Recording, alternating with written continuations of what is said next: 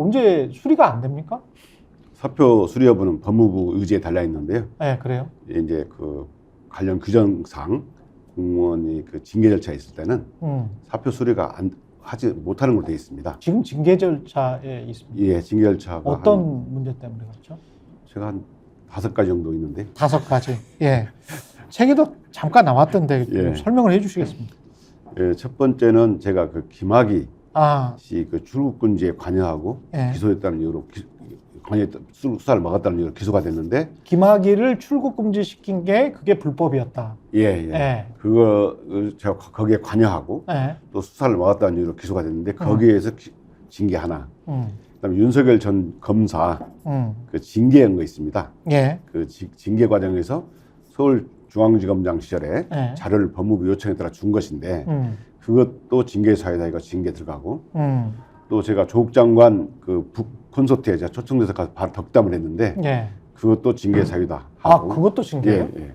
그다음에 이제 제가 북토크에 초청돼서 갔는데 조 장관님도 오셔가지고 예. 그다음에 조 장관님 오신 게 아니고 장관님 3분 다 오셨거든요. 예. 그래서 조 장관님 오신 것만 문제 삼아서 또 그것도 징계 사유. 또 오늘 여기 왔다 해가지고 또 징계 사유가 추가될지도 모르죠.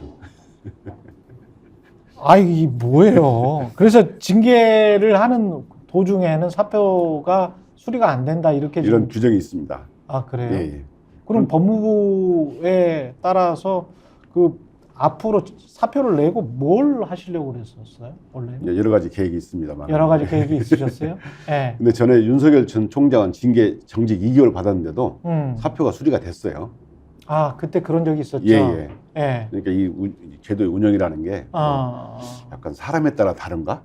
이런 의심이 들게 하죠. 그러네요. 정직 2개월을 받고 그때 사표를 내고 대선에 출마를 그렇죠. 예, 했었던 예, 거죠. 예, 그럼에도 불구하고 지금 비슷한 상황인데 예. 그리고 누가 봐도 지금 말씀하시는 상황은 법무부나 검찰 쪽에서 이게 정치적으로 좀 찍힌 거 아닌가 그런 생각도 좀 듭니다만은. 있지. 예. 이 정부에 찍혔다 해가지고. 이 정부에 완전히 찍혔다. 있지.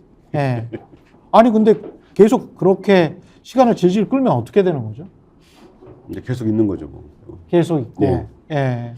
지금 꽃은 무죄다라는 책을 내신 거에도 꽃 이야기만 쭉 나오다가 나중에 예, 말미에 윤석열 정권에서 고쳐 당하신 것들 예. 짧게 나오더라고요.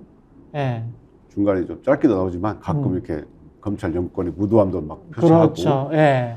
또 제가 수사재판 받는 그 심정 예. 썼고요. 꽃은 무죄다라는 걸 쓴 이유가 예. 그 이제 제가 그 법무연수원 생활을 하면서 법무연수원이 굉장히 넓습니다. 18만 평 정도 되고 낮에는 그 구내식당 가면서 2,000원짜리 식사를 하고 또 저녁에는 기숙사에 생활하면서 굉장히 그 넓은 산책을 많이 합니다. 예.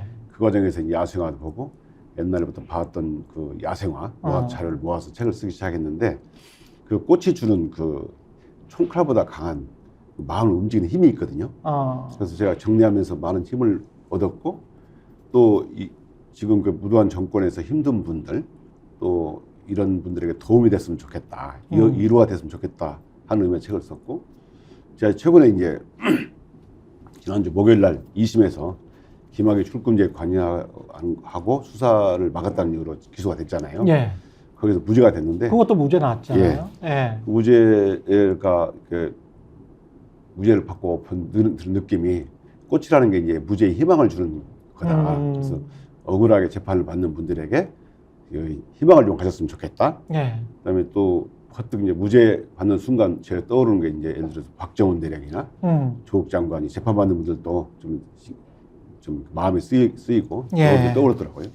그래서 이런 꽃은 무죄라는 것이 이제 많은 분들에게 좀 희망을 드리고 싶었다, 위로를 드리고 싶었다 이런 취지로 쓴 겁니다. 근데 고검장까지 하셨는데 검사장 하시고 그 나오셔서 혹시 이제 사표를 내셨으니까 예. 본인 생각에는 검찰 개혁을 하고 싶다. 예. 어떤 분야에서든 예. 그런 생각이 있으실 거 아니에요. 그렇죠. 근데 할 수 있습니까? 검사 출신들이 할 수 있습니까? 저는 그것도 참 궁금하네요. 과거에 검찰 개혁이라는 게 되게 피상적이고 구호에 그친 측면이 많이 그렇죠. 있습니다. 예. 검찰 개혁의 본질을 정확히 알고 검찰 개혁의 속성을 정확히 아는 사람이 추진을 해야 한다고 생각해요.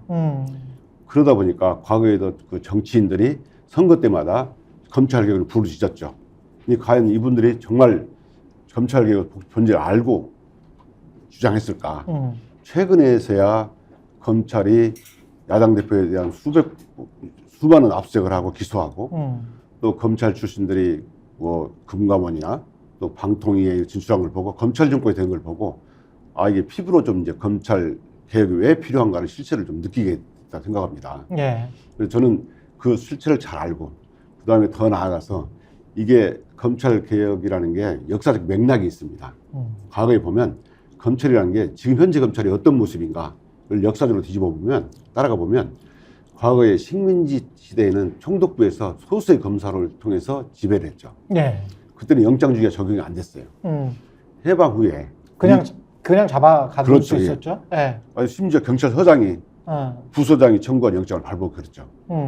그러다가 이 군정이 들어오면서 영장주의가 적용이 됐는데 이 영장주의가 적용되다 보니까 검사가 주도권이 놓치게 됐죠. 그러면서 이승만 정권이 들어섰고 이승만 정권이 약하니까 다시 친일경찰을 쓴 겁니다. 예. 친일경찰이 그 과거의 독립사를 인권 탄압한 습관이 또 못 버리고 그걸 또 인권 탄압하니까 국회에서 아 이러면 안 되겠다 해가지고 친일경찰을 제어하기 위해서 검사한테 영장을 청구하려면 검사한테 그렇죠. 영장 예. 청구를 경유하도록 만든 겁니다. 예. 검사 영장 청구 경유제. 음. 그러다가 이제 쭉 오다가 5.16 때 헌법에까지 들어가게 됩니다.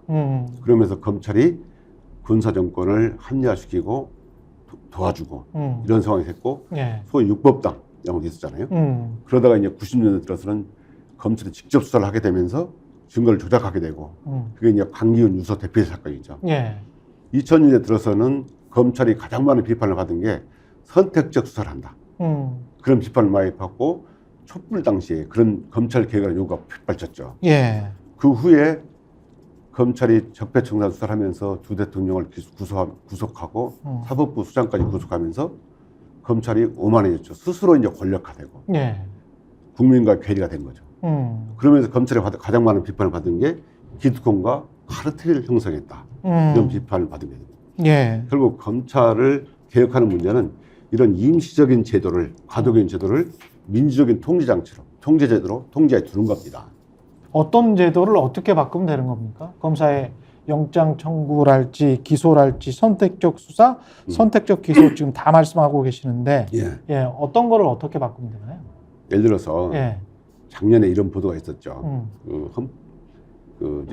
양평 공영지구 수사 관련해서 경찰에서 압수영장을 청구했는데 검찰에서 그 김건희 씨 오빠의 영장을 막았다. 이런 보도가 있었지 않습니까? 예, 있었습니다. 예. 물론 헌법에 영장 청구권이 검사로만 단일화돼 있지만 청구돼 있지만 이런 것도 헌법 개정 사항이 서지만 이것도 영장 청구를 1차 수사기관에 주는 것이 어떠냐. 가장 중요한 건 수사기관의 견제와 균형에 의해서 결정하게 하는 겁니다. 견제와 균형이 성립할 수 있도록 유지될 수 있도록. 근데 그러면 경찰과 검찰만 그렇습니까? 아니면 다른 기관들도 줄 수가 있습니까? 가령 뭐 관세청이든 국세청이든 원하는 쪽이 많잖아요, 그렇죠. 사실은. 제 생각은 예. 지금 뭐 검찰 개혁을 제가 그리는 모습은 민주적 통제 방안이 뭐냐? 바로 견제와 균형인데 검찰은 인권보호기관입니다. 공소관이 그 역사적 연원이고요. 그렇죠. 그러면은 검찰은 수사 지휘하거나 기소하게 하고 경찰도 수사 지휘하되 현재 상황에서는 경찰한테 수사를 모두 맡기는 것보다는 분야별로 나누는 게 맞다. 아, 경찰도 경찰도 분야별로 국가경찰과 지방경찰 분야별로 나누는 게 맞다. 그래야 견제와 균형이 이루어지고. 그래서 경찰도 경찰 내부에서 좀 견제가 이루어질 수 있도록. 그러면 관세도 관세경찰, 무슨 국세도 국세경찰, 뭐 이런 식의 제도가 도입이 되는 겁니까? 현재도 특사경이 있긴 합니다. 있는데 경찰 내에도 분야별로 나눠서 견제와 균형을 하게 하면 지금처럼 경찰이 비대화돼서 믿을 수 없다. 이런 얘기는 많이 비판을 많이 안 나오게 되죠. 근데 외국의 사례를 보면 우리는 기소 독점주의로 검찰이 다 가지고 있잖아요. 뭐 한 20개 곳 정도에서 20개 곳의 권력기관에서 기소를 할 수 있는 그런 곳도 있는 것 같더라고요. 그렇죠.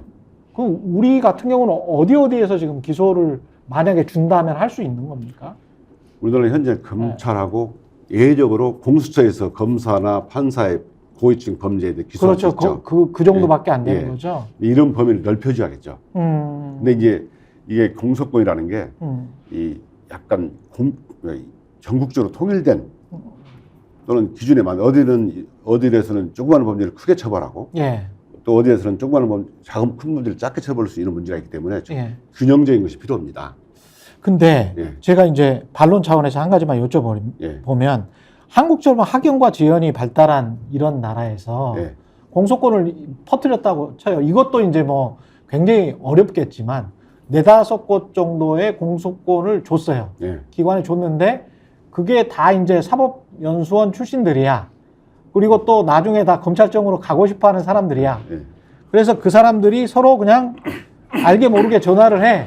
그리고 카톡이나 메신저를 통해서 예. 이거 뭐 어떻게 할까요, 형님? 뭐 그러면 뭐 그냥 대충 처리해줘. 예. 아니면은 야 그거 좀 제대로 봐야 되지 않겠어?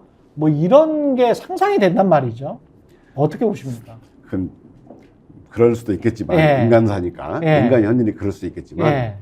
기본적으로 지금 법조 환경은 사법연수는 단일 체제가 아니고요. 다양한 로스쿨의 출신들이 있으니까. 법조를 구성하고 있습니다. 예. 그게 이제 로스쿨 도입 취지거든요. 수절주의를 깨자. 그다음에 다양한 직역에서 로스쿨 가게 해서 국민들을 소통하는 법조가 되게 하자. 이런 취지이기 때문에 그렇게 되면 그게 바로 이제 말씀하신 취지가 그런 뒤에서 이렇게 음흉하게 이렇게 이런 결정들이 오도록 만들려면 예. 바로 견제와 균형에 의한 그 사법 시스템이 대한다는 뜻입니다.